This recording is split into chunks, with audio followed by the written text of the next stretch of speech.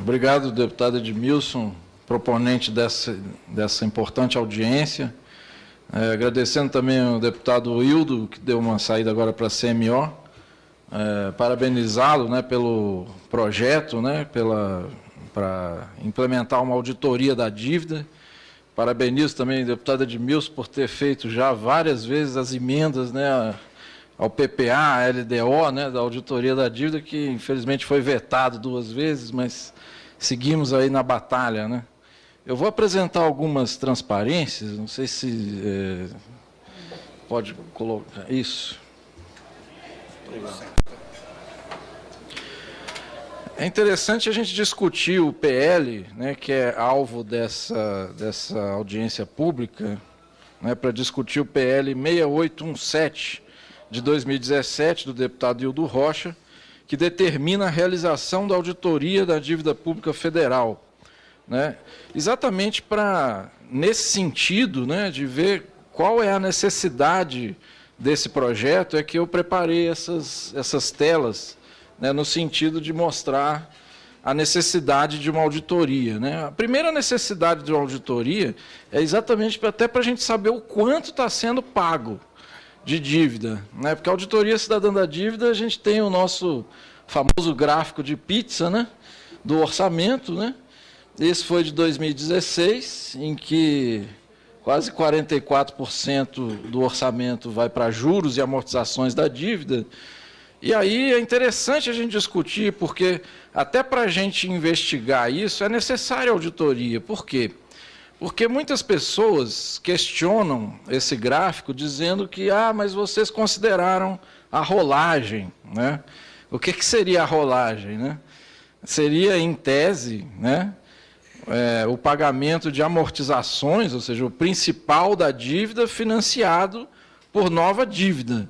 Essa seria a definição que é utilizada, né, para se dizer, não, isso não é um custo para o governo, isso é só uma troca de títulos velhos por novos. Você pega uma nova dívida para pagar a dívida anterior. Esse é o argumento, né? Inclusive, né, no dado oficial do governo, nós tivemos 1,13 trilhão, né, gastos com juros e amortizações. E, segundo o dado que é divulgado pelo Tesouro, foram 650 bilhões da chamada rolagem, né? Aí muitas pessoas dizem, viu, 650 bilhões é rolagem, então, daqueles 1,13 ali, só sobra 500 bi de pagamento de dívida mesmo. Esse é um argumento bastante recorrente, né? Mas como a CPI da dívida aqui provou, né, 2009, 2010, grande parte dessa rolagem, na verdade, não é rolagem, é juros. Por quê? Porque grande parte dos juros, eles não são contabilizados como juros, eles são contabilizados como rolagem. E aí a gente tem que estimar o valor que foi contabilizado de juros como se fosse rolagem. A gente tem que fazer um exercício de estimativa, porque esses dados, eles não são divulgados. O governo não divulga o quanto gasta com juros no Tesouro, né, no regime de caixa, efetivamente o que ele pagou. Não é divulgado. Por quê? Porque grande parte, e essa grande parte não é divulgado o quanto é contabilizado misturado à rolagem. Aí nós temos que fazer uma estimativa comparando o estoque da dívida no início do ano, a taxa média de juros e o que apareceu de juros lá efetivamente no Tesouro, que em 2016 foi cerca de apenas 200 bilhões. Como que uma dívida de 4 trilhões, uma taxa média de juros de 13% ao ano, vai dar juro de 200 bi? Não tem como, né? Então a gente imagina, a gente não tem os dados, porque não é divulgado, né? Então a gente imagina, pelas nossas estimativas, né, que 300 bilhões dessa rolagem aí, anunciada como sendo de 650, na verdade é juros. E aí, olha o efeito dessa contabilização, porque ao mesmo tempo em que se reduz drasticamente o montante de juros, se aumenta drasticamente a rolagem, por essa estratégia contábil. Então, olha só a situação que gera. O que o governo diz? 650 bilhões de rolagem e 500 só de pagamento efetivo. Mas quando a gente verifica que 300 bi da rolagem não é rolagem, é juros, a gente verifica que, na verdade, são 800 bi de pagamento da dívida e 300 bi de rolagem. Ou seja, inverte-se a situação, porque se tira de um para outro. Então, o efeito é duplo. Né? Daí se gera esse contra-argumento que é bastante utilizado, né, por vários economistas, né, tentando desqualificar o gráfico, quando, na verdade, existe essa contabilização de grande parte dos juros como se fosse rolagem. Então, essa rolagem não é rolagem. Né? Esse 650 bi não é troca de dívida velha por nova. Grande parte dela é juros. Né? No debate, a gente pode aprofundar isso. Né? Então, a gente verifica, né, que a dívida pública ela tem sido uma utilização desse mecanismo de endividamento como uma subtração de recursos e não financiamento do Estado. Por quê? Porque essa dívida, quando a gente verifica de onde ela vem, ela é basicamente juros sobre juros. Isso aí nem sou eu que estou falando. Foi o relatório final da CPI da dívida aprovado aqui, inclusive, por coincidência, acho que foi nesse mesmo plenário 9, né, lá em 2010. Né? Então, na prática, a gente vê que o instrumento do endividamento ele tem sido desvirtuado. Ele deveria financiar o desenvolvimento social, o desenvolvimento econômico, e isso gera a própria capacidade de pagamento dessa dívida pelo crescimento do PIB, pelo crescimento da economia. Só que não é isso que tem ocorrido. Então, cabe a nós perguntarmos, né, de onde vem essa dívida? Aí que está a questão. Uma auditoria vai poder explicar isso. A auditoria está prevista na Constituição, jamais foi implementada. Né? Como não foi implementada, nós criamos a Auditoria Cidadã da Dívida, que é uma campanha que visa pressionar pela auditoria oficial, fazendo a nossa auditoria cidadã. Né? Tivemos a CPI da dívida, conseguimos identificar muita coisa. Né? A gente identificou coisas tanto na questão da dívida externa, como na questão da dívida interna. Na questão da dívida externa, né, comprovamos, né, a origem. Grande parte da dívida externa vem de dívidas da ditadura, ou seja, governos ilegítimos.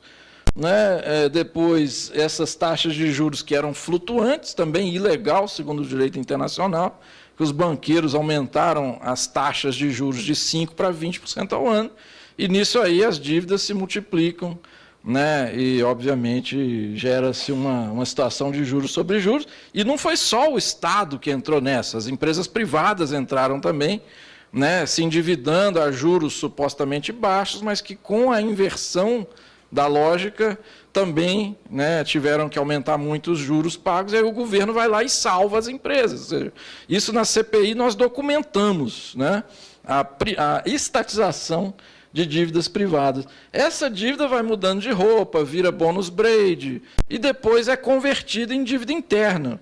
Um desses exemplos foi o pagamento ao FMI, né? Só um dos exemplos, né? Porque teve vários outros pagamentos de dívida externa às custas de gastar dólares do Banco Central, que eram obtidos por meio de mais dívida interna com juros muito mais altos. Ou seja, uma dívida gerando outra. E é interessante a gente lembrar, né, que dívidas ilegítimas, né, feitas para... quando se paga, né, a nova dívida que é feita para se pagar a dívida ilegítima também é ilegítima. Então, é interessante a gente olhar isso. E aí a dívida continua aumentando, isso sem falar em que foi pago ágio de mais de 70% no pagamento de dívida externa, antecipadamente. Isso aí tudo a CPI documentou. Né? E a dívida interna, né? Para concluir, né? Como é que se criou a dívida interna? A gente verifica lá que de 95 a 2015, a dívida passou de menos de 100 bilhões de reais para 4 trilhões. E aí é o que se vem a pergunta, mas de onde vem isso? É gasto social? É a previdência? É pessoal? É o quê? Para a gente entender isso, basta a gente pegar um dado que é o seguinte: o superávit primário, que é a diferença, né, entre o que se arrecada de tributos e o que se paga na área social, né, o que se gasta na área social, né, nesse período, de 95 a 2015, foi de 1 trilhão de reais, basicamente. Ou seja, a dívida era de 86 bilhões, fizemos 1 trilhão de superávit primário, e no final a dívida 4 trilhões, ou seja, tem alguma coisa errada, né, porque cumprimos a cartilha, né, até mais do que era pedido, né, a cartilha de se gastar menos do que arrecada, e a dívida se multiplicou. Por quê? Porque são vários outros fatores que geram essa dívida interna monstruosa. Não é o gasto social, né? Se fosse, não teria sentido, porque como que nós pagamos 10 vezes, mais de 10 vezes a dívida e ela multiplica por mais de 40? Na verdade, são mecanismos financeiros, né? Por exemplo, juros sobre juros, colocar a taxa de juros lá no alto, sob a justificativa de que é para controlar a inflação, quando, na verdade, essa inflação é gerada por preços administrados pelo próprio governo, energia, né, plano de saúde, combustíveis e preço de alimento por fatores climáticos, que também não tem nada a ver com taxa de juros. Você pode botar a taxa de juros em 1000% ao mês, que não vai cair o preço da energia, né? Não vai. Tem umas coisas que não tem lógica. Como é que o Brasil é campeão histórico de taxa de juros? Isso aí, obviamente, que tem que ser auditado também. Não é possível se pagar uma dívida dessa, né, que foi criada a partir de um mecanismo supostamente de metas de inflação, que não combate a inflação, só gera dívida. Então, é fundamental nós questionarmos todo esse processo, né, inclusive vários outros mecanismos que no debate, quem quiser ampliar esse conhecimento, né, de quais são os mecanismos eminentemente financeiros que geram essa dívida, não é gasto social, é operação de mercado aberto, é swap, vários tipos de operações que geram dívida, né? Então, é basicamente isso. Só para terminar, tem o velho dado, né? O velho argumento também de muitas pessoas que tentam questionar, né, a questão da auditoria da dívida, é dizer que se não pagar a dívida, todos nós seremos os maiores prejudicados, né, porque temos aplicações em fundos de investimento, em fundos de pensão, né, mas quando a gente olha os dados realmente, né, juntos, né, porque o governo ele divulga por partes. Ele divulga a dívida do Tesouro ali, parece que os bancos só têm 20% ou 30%, né, mas a dívida do Banco Central, que é as operações de mercado aberto, que é 1 trilhão que está basicamente com bancos, isso fica de lá. E aí ficam dois dados diferentes, dois dados segregados, que a gente não consegue juntar. Nesse gráfico a gente juntou. Aí a gente verificou que os bancos têm 42%, os estrangeiros, aqui não nem dá para ler direito, mas cerca de 10%. Quando junta banco, estrangeiro e seguradora, que é basicamente, seguradora também está ligada, de certa forma, aos bancos, a gente vê que é cerca de 60%, né, na mão desse setor. Aí vem lá, fundo de investimento, fundo de pensão. Pois bem, a subcomissão aqui da dívida pública, que o deputado Edmilson estava colocando, né, que foi criada em 2015, inclusive continua em funcionamento, que é uma subcomissão permanente, mandou um requerimento de informações, né, para o Banco Central e o Ministério da Fazenda, pedindo todas essas informações. Bom, se é assim, se somos nós os beneficiários, então vamos ver se é mesmo. Né? Pedimos nome dos beneficiários das operações de mercado aberto, nome dos beneficiários das operações swap, nome de todas as pessoas físicas e jurídicas detentoras de títulos da dívida interna pública federal, inclusive por meio de fundos de investimento e outras aplicações. E essas questões não foram respondidas, ou seja, cabe, inclusive, uma sugestão, né, para a subcomissão, né, da dívida, subcomissão permanente da dívida pública, reiterar esses requerimentos, porque não é possível, né, que não se possa revelar quem recebe a maior parte do orçamento. Então é isso, basicamente. Eu deixo aqui nosso contato da auditoria da dívida e agradeço a oportunidade.